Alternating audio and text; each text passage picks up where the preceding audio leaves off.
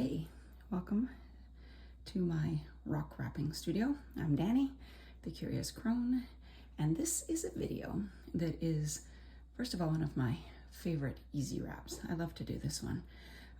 But this video is specifically designed to accompany the kits that will be available if you buy from me in person here in Ottawa, Ontario, Canada, or from my Etsy shop, if all goes according to plan. So this is a wrap that I love to do. It's infinitely adaptable, but it's also great about a great way to learn some of the basics of rock wrapping. So we have here some very basic tools. If you purchased the kit, you will have a FID, which in this case is a tiny screwdriver. Mine is well worn, used to be my dad's, so it has some sentimental value. It's one of my favorite tools. Yours is probably about 5 decades newer than this one. You don't have to use a screwdriver as a FID. A FID is any tool really that has a long shaft like this. One with a flat head, like a flathead screwdriver, works really well.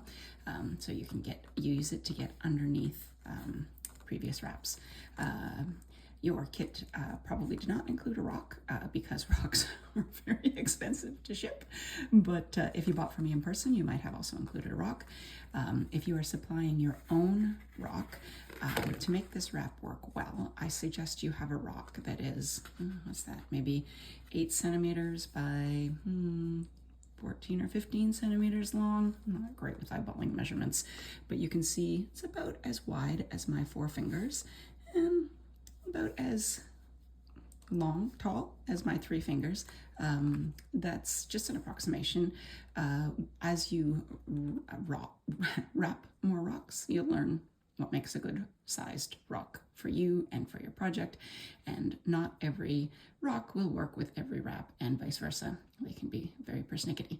But if you are looking for your own rock, look for one that has two fairly straight parallel edges. We're not worried about the side edges for this wrap because we're only wrapping this way.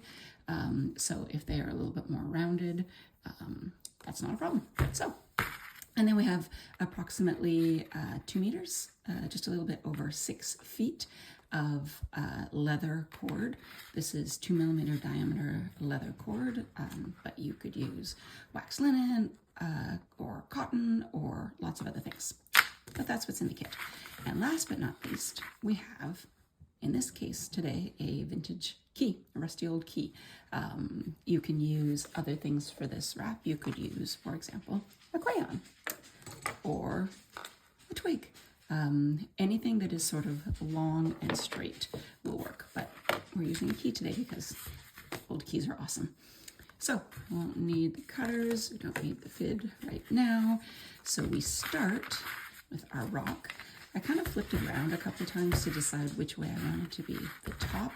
And I like this part because it's convex. It has a bit of a dome to it this way. It's going to lie nice and flat, and then it has just a bit of a slope towards me the way I've got it. So this is going to be my top and my front. I take my cord, which is going to tangle because I played with it so much. So first you untangle all the knots. Okay, nice and straight. A little tappy tappy for all you ASMR folks. I take the tail, the starting tail. I use my fingers to hold it against the rock. And I have run it opposite of the way that I'm going to wrap, and I'm going to catch that tail underneath. So that's how you get started. Little tail, hold it in place, turn your rock over, and you're going, see, I made a little bit of about a 90-degree bend, give or take. I made a bend. I come around and I start to wrap. I go all the way around the rock from the front to the top to the bottom at the front once, and then I'm going to turn it over to make sure that I cross over that starting tail. This is the most important first step. See how that is underneath? You kind of need that to be pinned, and you want it to be pinned about the middle of your rock. The other thing to pay attention to is I'm holding this with these 2 fingers here quite firmly. See, it's wobbling a little bit because I'm talking too much. So I'm going to start again, but I'm really making that wrap firm. I'm coming around, I'm crossing over that back tail, and I'm coming around a second time. Now, I'm gonna come around, cross over that back tail. This time, I'm gonna grab my key. And you can do this, just as I'm looking at this, I realize I'm too far over. You can do this as many or as few times as you want. For the purposes of this wrap, I'm going to do 5 wraps. So I do, no, 3, I can count, 7 wraps. I'm gonna do 2 on the outside. Now I'm crossing over my key. And I'm gonna do 1, turn around, cross over that starting tail again, crossing over my key a second time. See how these are nice and parallel? I wanna keep that going. And a third time.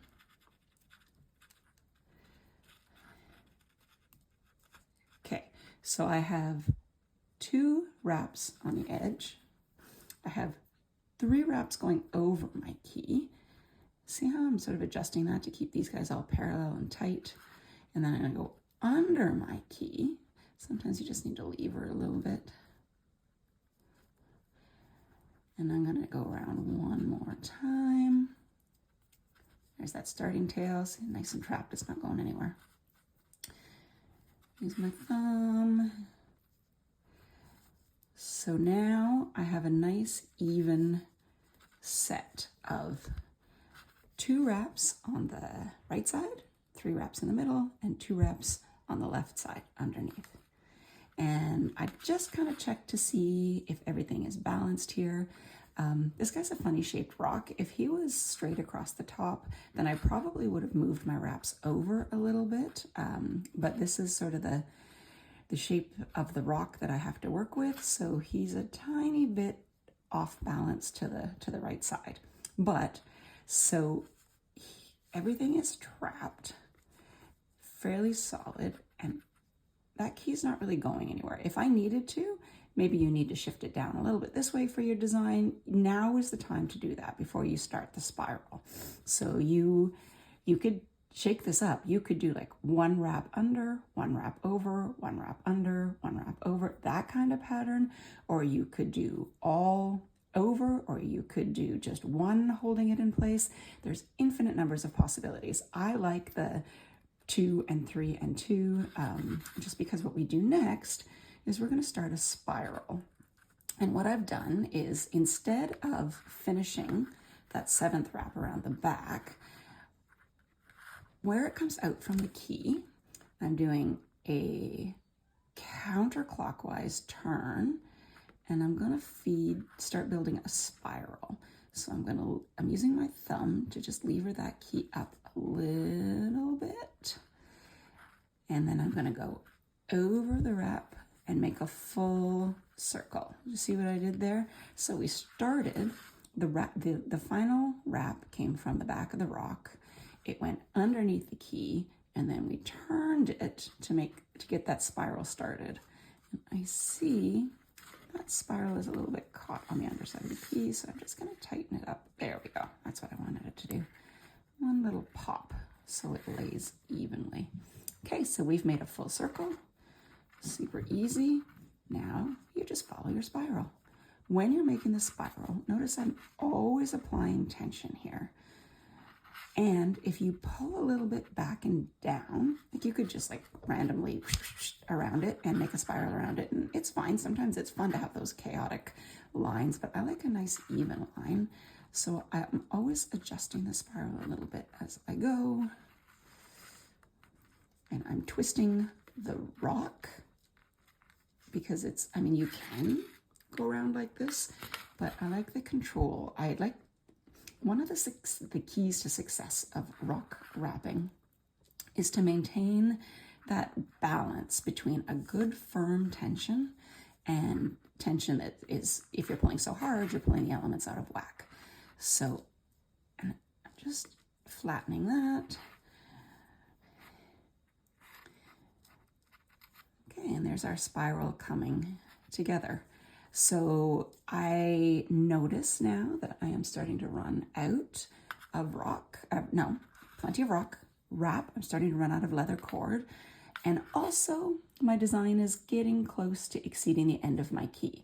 I might, if I was just doing this for myself, I might unwrap this and rewrap it and shove my key over just a little bit this way so it hits a little bit further along. It's good like this, but I like the key to be sort of right in the middle, so I might rewrap that if I was in a perfectionist mood. Or, you know, maybe not. So I have decided I now have 1, 2, 3, 4, 5 wraps on the top and 1, 2, 3, 4, 5 spiral wraps on the bottom. So I am ready to finish this off. So we have a couple of options to finish it.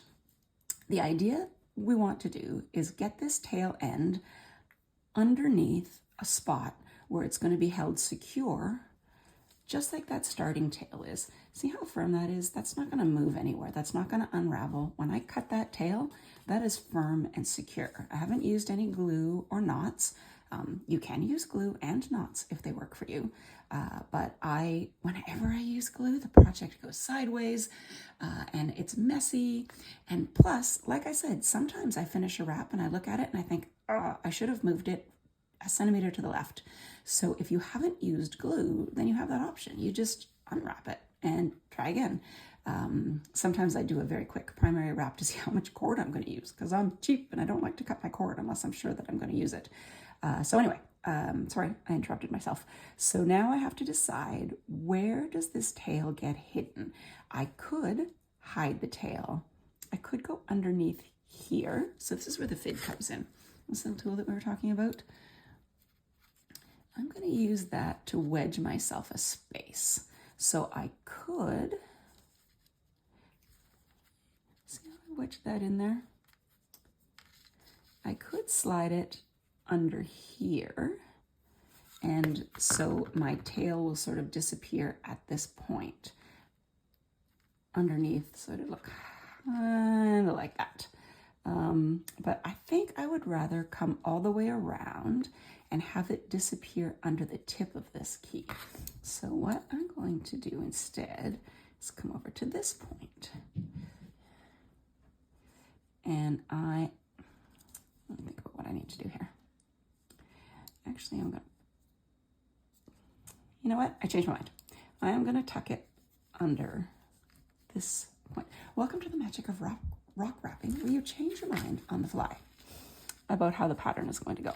I never, ever, ever end up doing what I set out to do, but I always end up where I need to be, which you might recognize as a paraphrase of a Douglas Adams quote. Okay, so I have used my fid. Did you watch me do that? I kind of wedged myself a space here, and then I tuck that cord. Now, the reason I like to use a flathead screwdriver as my fid is because now that I've wedged it in there, I can make myself a bigger space by twisting. Just trying to get all the wraps on there. I have done such a good job of wrapping firmly to show you how important tension is that I can't get my tools in. That's par for the course. I overcompensated. Okay, we're gonna get that. This is a video about me struggling with my own wrap, but that's okay. That's all teachable moments, right? One more, come on, there we go. Finally, I got them all under there. This is easy to do when you're not talking about it. Okay, so I'm wedging that quite far under there to give myself a nice little gap. And now I should be able to feed that through. It's a little bit more of a gap. Oh, and by the way, when you rock wrap, you need 11 hands and 72 fingers. Okay, see, I finally made it come through. So I'm going to gently tug this. Now, I want to follow the spiral.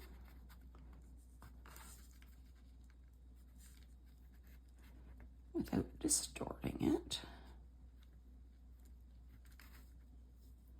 And then I've got it loosely where I want to go. So I gently remove my fid. You might have noticed that it looked like it was distorting. It's one of the reasons I like to use leather. It's so forgiving. See, this has popped out of alignment a little bit. No problem. fix it. Okay, and I keep doing that. Sometimes you might find that you need to back this piece up just a tiny bit to give yourself enough room to finish the spiral. And then, oh, that really wants to keep popping out of alignment. There we go. He's nice and smooth. Then I take my flesh cutters, grab that tail, and I trim as close as I can. You can also use your fid to just very slightly tuck that guy into place so he's a little bit more hidden. There we go. And don't forget to trim your starting tail as well. If you need to, you can tug a little bit to put it in a nice secure spot.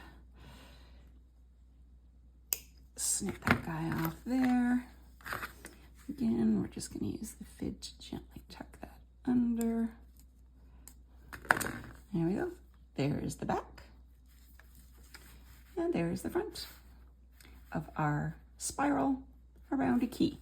But remember, with a little bit of adaptation, maybe your spiral is around a crayon, or a twig, or a fig, or anything else that's long and straight. Have fun with it.